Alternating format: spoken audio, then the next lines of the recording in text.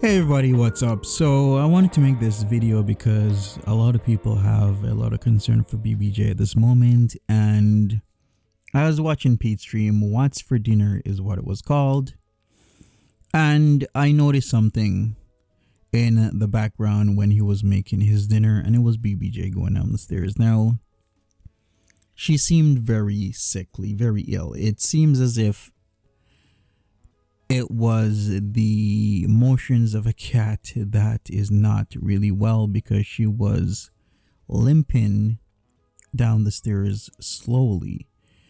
And that type of gait I've seen before, and usually is with cats that are either extremely sick at that moment, or they are on the last few days, weeks, hours of their lives. And it is a very sad affair, because I keep thinking about this and I'm like, why is it so hard to take a cat to the vet? Or why is it so hard to say, hey, there's a number of people here that have been messaging me, either A, trying to give me money so that I can take the cat to the vet, or B, willing to pick up the cat and take the cat to the vet for me. So why is it so hard to accept any of these options? This is the thing. This issue should not be an issue at all. You have an older cat.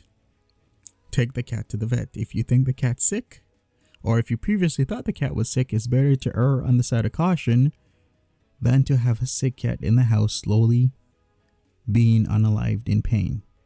Now, I don't know a lot of what exactly is going on in that household, I will say this, but from what I've seen, it seems as though that cat needs our help.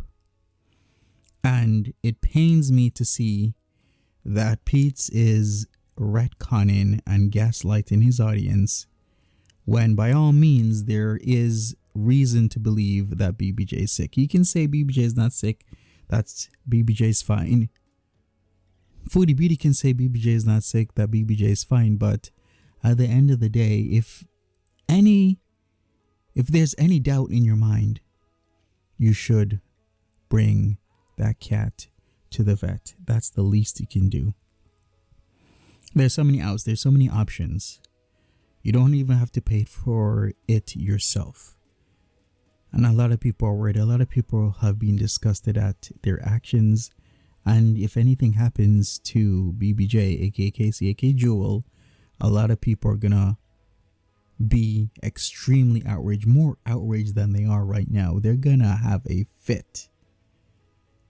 So what would I do if I was ever in this situation? Well, I wouldn't not be taking my cat to the vet, because it's a simple thing to do, especially when the vet is a 10 to 15 minute walk from the house. It's not that far away.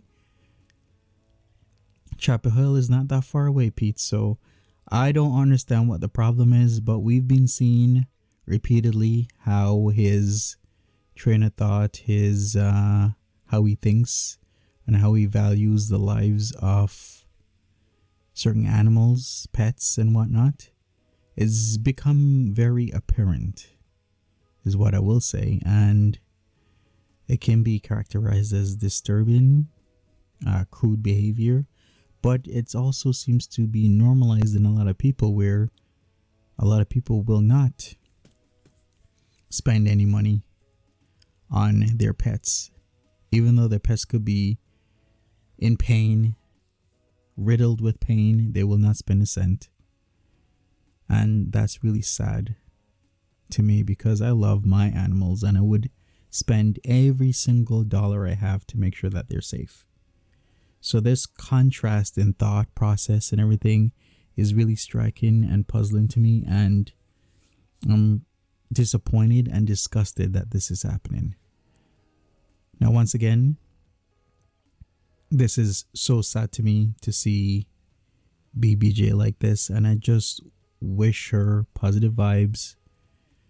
I wish her the best. I wish that she gets the care she needs and she gets the type of lifestyle that she deserves. But I feel so powerless at this moment, and I'm sure you do too. And I just wish BBJ would get help.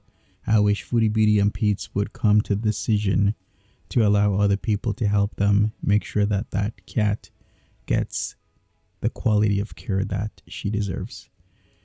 And at this moment, I'm thinking of ways maybe I could do something, but in the eyes of the law, your pets are property, and I can't just go inside a house and take that pet out without their permission, because then I would be stealing.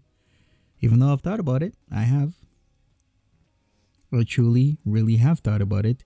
It's just that this situation is just really horrible. And I'm hating that this situation is a situation in the first place. Now, there's the train of thought. They've been saying, hey, BBJ is a 20-year-old cat.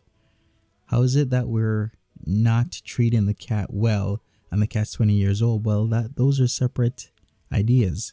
Just because the cat's 20 years old and have lived a long life doesn't mean it was because of your level of care. There's animals who have been neglected for a long time, but they still live, against all means, a long life. Not a great life, a long life. And once again, it pains me to see animals in really horrible, bad, depressing, disgusting, vile situations. And I do want to do something, but once again, the law is separating taking my thoughts to action, because I've told people I was in Ottawa just a few days ago, and what was on my mind, even though I was there, I didn't really get that much sleep, because knowing that there's a cat that I've known about for years now that could be in pain really weighed down my thought process, and I just felt sick at the moment. And once again, I really do wish the best for that baby girl, because my animals are my family, and Sam and BBJ, I've been in the foodieverse for years now, and I do feel a certain connection to both those cats. And I do wish them the best. I wish BBJ the best. So hopefully something can be done. Hopefully there's going to be a positive outcome to this. And I keep hoping and praying that there will be. So we shall see what happens. But I do hope and wish Peetz and Foodie Beauty do the right thing.